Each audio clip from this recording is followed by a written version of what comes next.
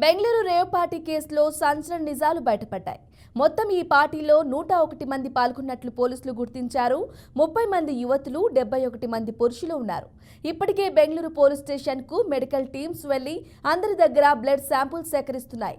ఈ కేసులో నిర్వాహకుడు వాసుతో పాటు 4 అరెస్ట్ అయ్యారు.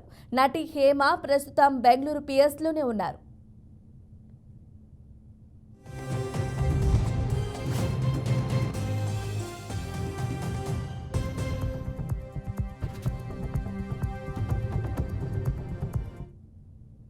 హేమ తాను రేవ్ పార్టీలో లేనని, హైదరాబాద్లోనే ఉన్నానంటూ ఓ వీడియో రిలీజ్ చేసింది. ఆ తర్వాత ఆమె బెంగళూరులోనే ఉండి ఆ వీడియో షూట్ చేసిందని పోలీసులు ఫోటోలు విడుదల చేశారు. హేమ ప్రజలను తప్పుదోవ పట్టించిందని పోలీసులు స్పష్టం చేశారు. ఇలా తప్పుడు సమాచారం ఇచ్చినందుకు హేమపై మరో కేసు నమోదు చేశారు.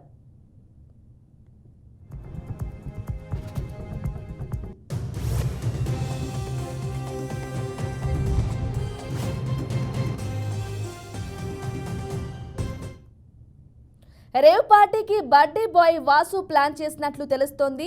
వాసు ప్రముఖ వ్యక్తి అయినట్లు సమాచారం. వాసు బర్త్డే పార్టీకి తెలంగాణ, ఆంధ్రప్రదేశ్ నుంచి పలువురు వెళ్లినట్లు తెలుస్తోంది.